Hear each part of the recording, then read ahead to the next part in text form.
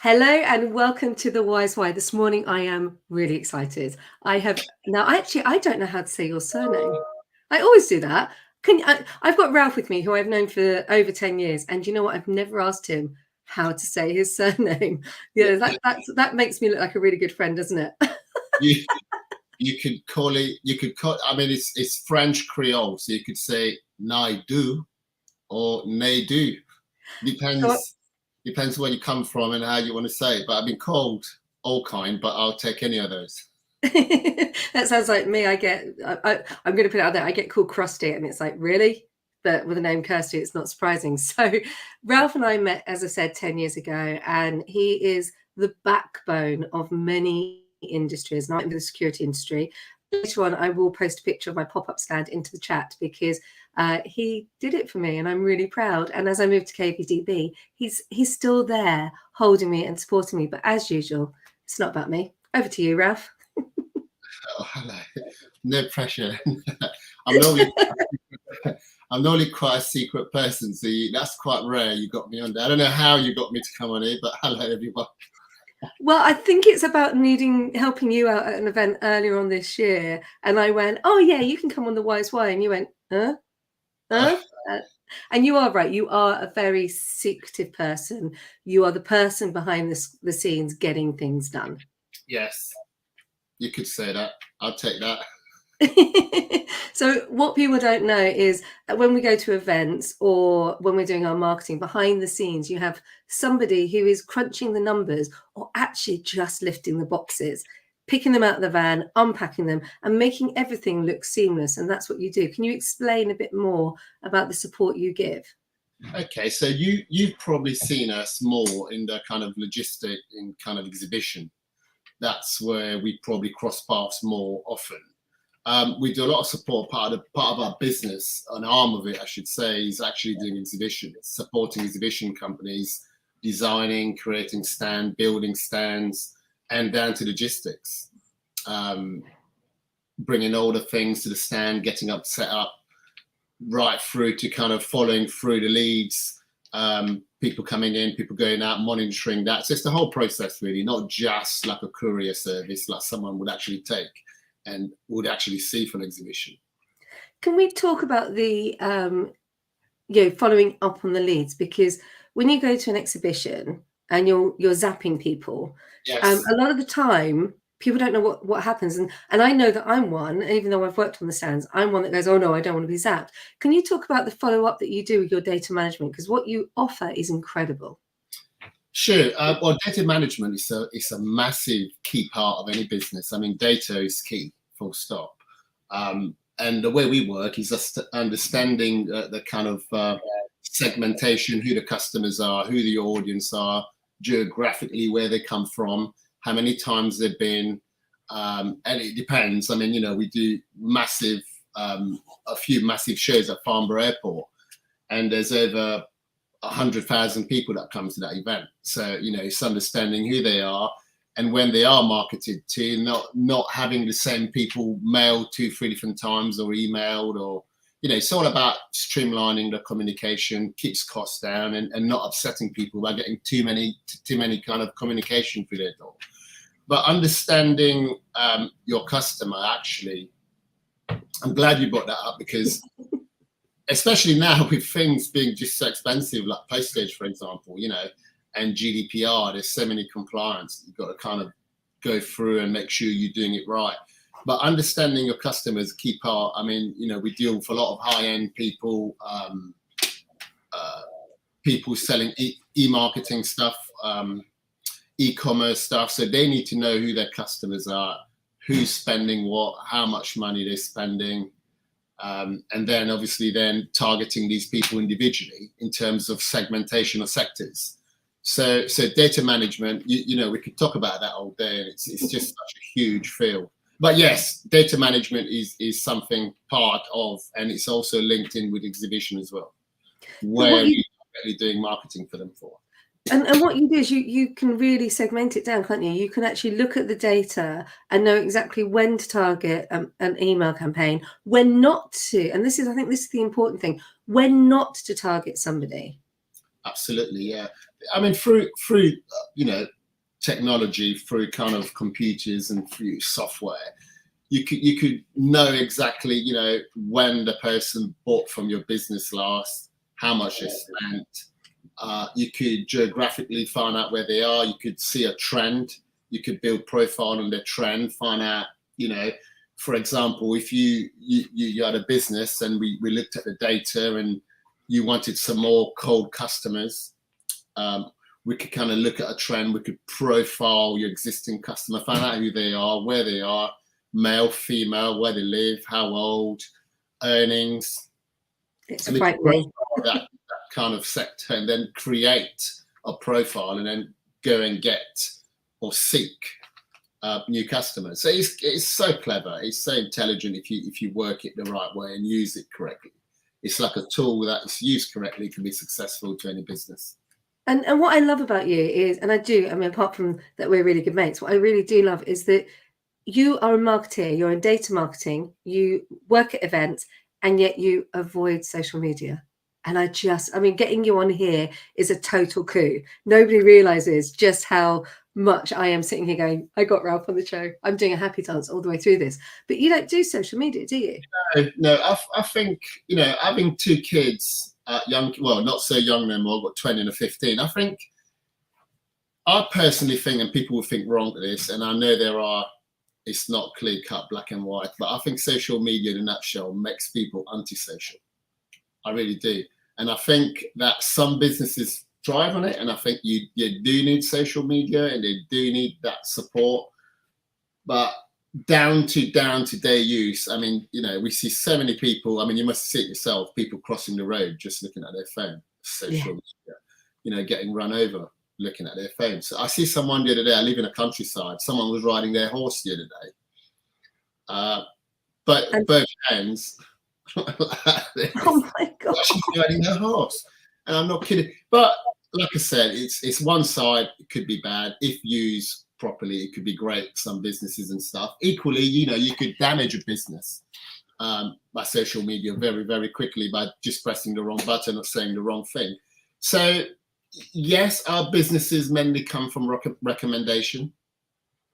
I think if you got an ability to create good rapport with people, if you could, you know, if you could pick up the phone and talk, you can meet people and you're likable, you're sincere, you're genuine, people are going to buy from you, people are going to like you for who you are. And I think that means more than actually ramping up loads of ads on social media to post about you, because I think the best kind of customers are the one that kind of comes round as a recommend or someone you've met face to face, that you can kind of create a relationship. It's a bit, I suppose, like relationship these days, I suppose. The old-fashioned way is to just go and meet somebody and have a chat. These days, it's just dating side. Again, social media, and I'm probably, you know, old-fashioned. I don't look it, but I am quite old. Hang on, I think we're close in age. But it's interesting what you say, because I've been going and trying to explain to people that only 7% of your market will ever, you know, only 7% of your business will come through a social media channel. You know, it's not the be all and end all, and it takes about 15 months for a social media marketing, organic, not paid for, but an organic social media marketing campaign to actually turn around and start to generate a, you know, sales funnel. It takes about 15 months. So that's a lot of work and a lot of hours spent if you are posting consistently. And I don't believe, I'm going to say it, I really don't believe you need to put a post out every day. And I do believe that the watchers, so I've had a lead come in this week, and it's somebody that I've met out networking and I get on really well with them, but it was actually the social media post that converted them. But at the same time, it's because they know me. And it's that, yeah, well, you're on the show today because you know me, and people still buy from people. I know we're old, but I think you have to be wise and very careful with the way that you use social media, particularly, as you said, in a business, because one post can destroy your reputation and your, you know, you see it all the time. Absolutely, yes. Absolutely. So, I think it's a fine line of how you do it. But yeah, no, we don't advertise, we don't market ourselves. It's strange because this is what we do. But we like it that way because we don't want to kind of be everywhere. We like the je ne sais quoi. We like the kind of, you know, we like the kind of recommendation and people we work with in that kind of way. We keep it very intimate, shall we say. So how did you fall into it? I'm intrigued because you came over from the Seychelles when you were about 11. So there's quite a lot between, obviously, me meeting you at a similar age to me 10 years ago. So I'm just, tell me about that. Oh, you can see by my colour, I've got tropical blood. It's not the sun that we've not been having now. Only you could say that. No, it's a thing. 10, 11 years old, sent over to England for education, to go to school. Off I trotted, and no choice, no option, but sent over, and it was great. I mean, I wouldn't do it to my kids because I'm quite an intimate person. I teach my kids that as well. We always hug, they always kiss me good morning and good night. We're always having a hug out. And when you're young, being sent over, it's like, I don't know, when you got no choice. Actually, I met someone who you know very well, who we mentioned, who was, he definitely had no choice. His dad kidnapped him when he was 10. So, and that's another kind of a choice. And he wrote a book. And the book was about all those kids that are young, their mum and dad are different from different countries. And then suddenly we're going on holiday and suddenly they never come back. If that happens in the 80s or 90s, where you kind of got no social media or no kind of internet and no technology, there's kids go missing. And it's only now, years later, that you can kind of find your roots, start finding through who your real parents are and stuff like that. But yes, I had no choice. I had to come over. Must have been strange though, because it must have been the 8th. I wasn't kidnapped. I just put that out there. No, I know who you're talking about. What was it like then? It must have been really strange. It must have been. Did you just arrive in Surrey, or did you arrive somewhere else? Yeah, no, it was Leicester, because one of my aunties or distant aunties lived there. So it was Leicester, and it was weird because he suddenly had no family, no friends in a foreign country. I had been to England before 3 times on holiday, but it's kind of weird when you're so young. I mean, when you're an adult, I suppose you can kind of work your way through, weave your way through, and meet people.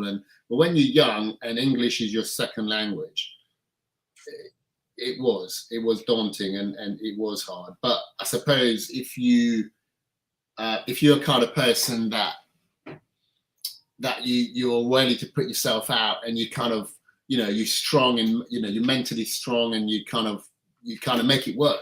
They say some people, you throw them in the deep end, they swim, and some people sink. I think at a young age, maybe that was me. That was the making of me in terms of being that way, just being kind of sent in the deep end and kind of have to survive. But yes, here I am. I survived. Wow, thank you so much for sharing that. I didn't know that about you.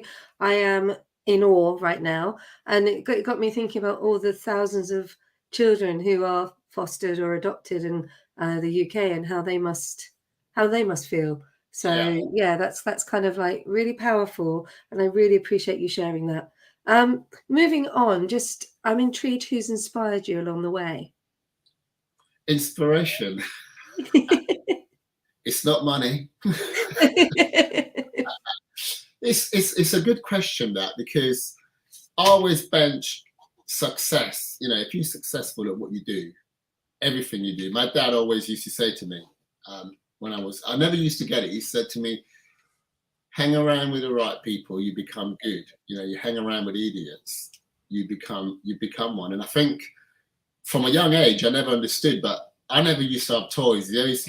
My mum and dad always used to buy me books because they had this romantic kind of idea that I'd be a doctor, a doctor, be a doctor. And it was ridiculous. All my mates had toys and books, but mainly toys being a kid. And I just had books. And I think that's why I like toys so much now. I just have all kind of toys. I'm making up for lost times. Talking about toys, you've got a new one, haven't you? You've got a new hobby that you're really good at.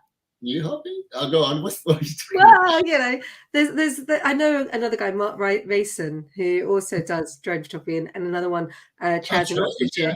But I didn't know anyone in your area. So you do drone video.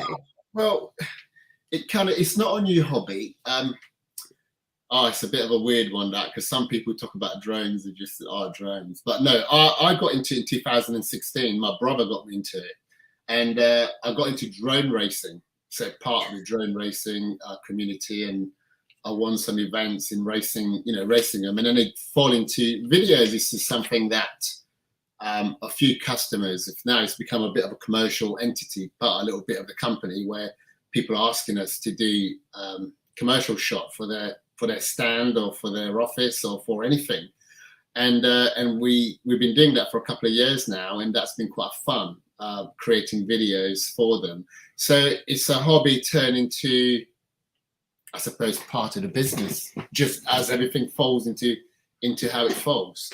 So it's not like a business to begin with; it's a hobby to begin with, and now it's turned into some kind of little business on the side for it. So, which is quite interesting, actually. I think that's really I'm going to try and use the word personal. I think that's the right word, but I could be wrong.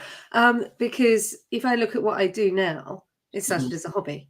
You know, my hobby was to go and do dancing, acting, and singing, and now I coach on camera technique because I was an actor.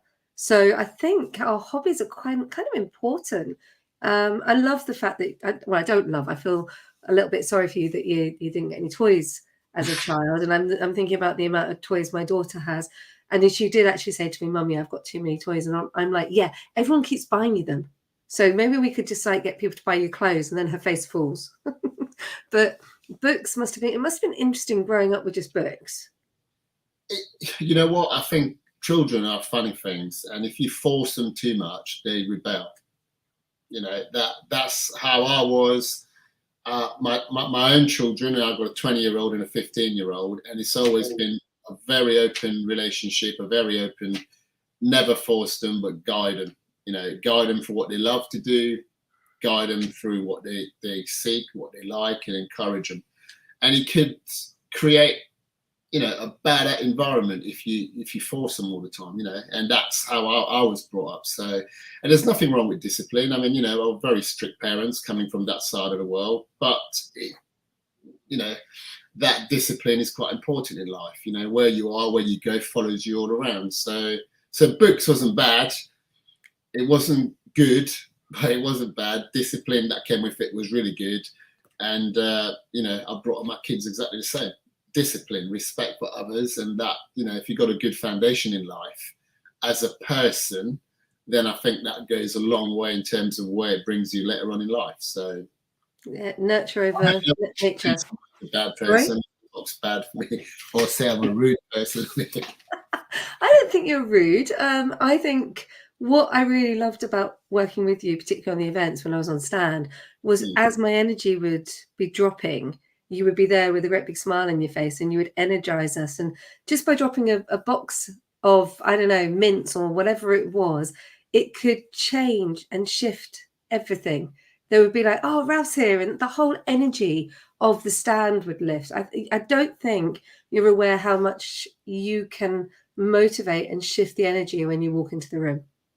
Well, you've been too kind now. No, I just think, I think we all do it. I think, again, it links down from people have busy lives these days. But if you could just, sometimes the most important things in life is right there in front of you, bringing a box of chocolate to see your customers, it's not nothing else. It's just showing some kindness. And I think a lot of people have lost the ability to just be nice and be courteous, we live in a politically correct world, and it's just, I take every day. I mean, last year I buried 4 friends, just with cancer, stroke, and all kind of stuff. And it just, sometimes I have to take a breather and just put life into perspective. And, adversity sometimes show people the light, but I've always been like that. And I've always been like that to my friends, my family, my customers. And that's probably why, we work with our customer for a long time. They work with us for forever. And that don't mean that as a cliche. I mean that as, you know, they deal with us as a company. They deal with that same attitude. You know, if you like that, people like you, and that's why you say that I've walked in and I've made you laugh or brought a bit of sunshine into a room. It's just being normal. And I think some people sometimes just think of themselves too much. You know, they just think of the money maybe too much, or just themselves generally.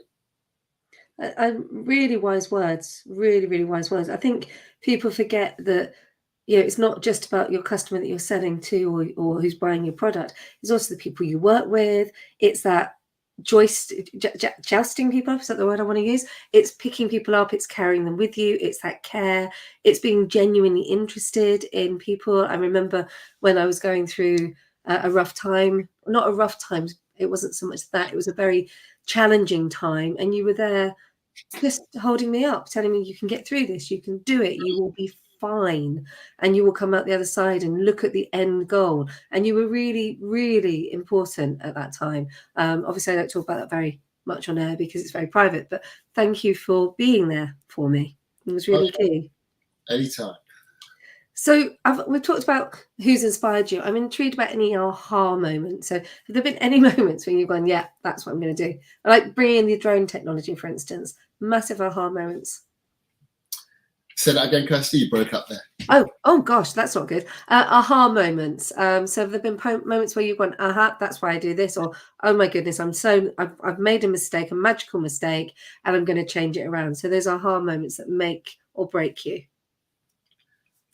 I think one of the biggest moments that actually changed me was having children, actually. Yeah, definitely. That to me was the point of my life where I thought, you know what, things have got to change, because now you've got one mouth to feed, and you kind of change your whole way, your whole focus, your whole thinking of life. But that's not everybody.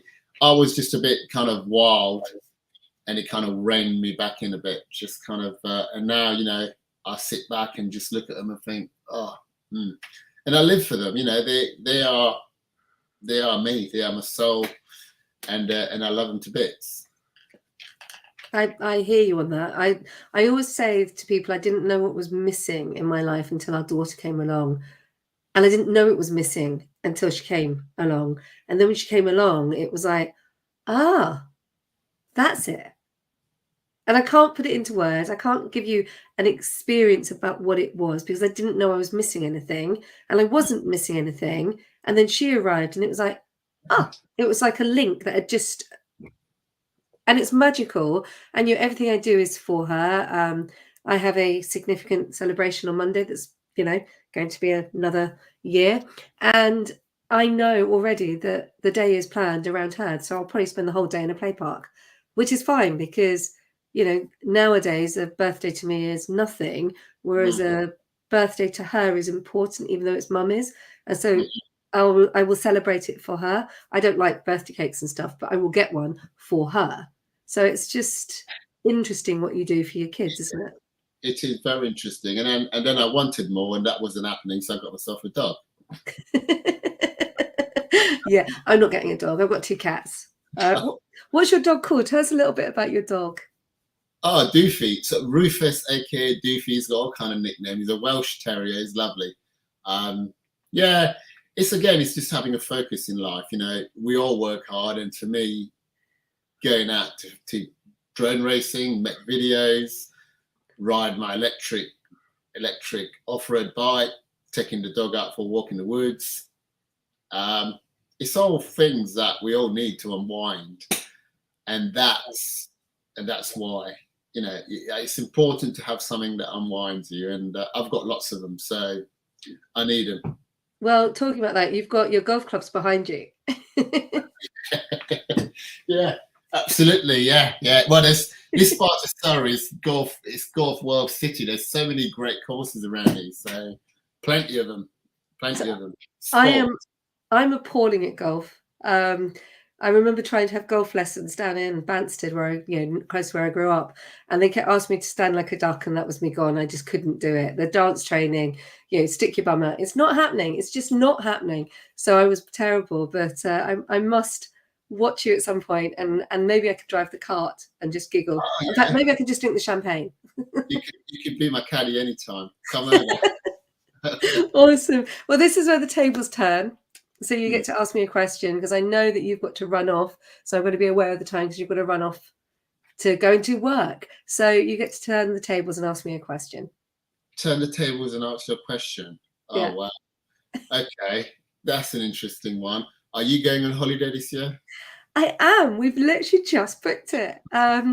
We had this wonderful plan of going abroad, because what the school, my daughter's bilingual. So we had a plan of going to a country where she could use the language. And actually, she's trilingual, I should say. So Wow. we had a plan of using one of the languages, but actually the cost is just too much. And we have to go to one of the countries, because that's where Oma and Opa live. So we're going to Devon. And I'm really excited. I love Devon. So we are staying kind of local, and we will be having an absolute hoot down in Devon for 2 whole weeks, and I cannot wait. Oh, nice. I love Devon. What about you? No holidays planned, but I'm sure something will turn up. There'll be plenty of golf holiday with the lads. That's for sure. You know, weekends away, week away here and there. But yeah, family holiday not planned anything yet, but something will come up. I generally like the Isle of Wight. I love it there. For some reason, I've fallen in love with the Isle of Wight. I've been going there for the last sort of 7 years or so. And I just think it's like, you know, it's a quick hop over the ferry, and it's and depends where you stay. You can have a really nice time over there. Really nice places to eat, really kind of places to go with the dog or walk around, you know, beaches and stuff. And it's not generally that busy, unless you get to the Isle of Wight festival period, which is busy. But normally it's quite nice. I quite like to go and spend a couple of weeks there at least, which is quite nice. I used to go there as a child. There was a Westbrook House. It was a Crusader camp. I don't talk about it very often, but anyway, I used to go to Crusader camp there, and it was really good fun. And we always went to Blackgang Chai, I think it's called. Yeah, it is called that still. So absolutely brilliant. I can't believe we just talked about the Isle of Wight and Devon. I have thoroughly enjoyed the talk. I don't want to hold you any longer, because I know you've got to run to an office and help them. So thank you for your time today. My pleasure. Lovely to talk to you, and talk to you again soon. Absolutely. Take care.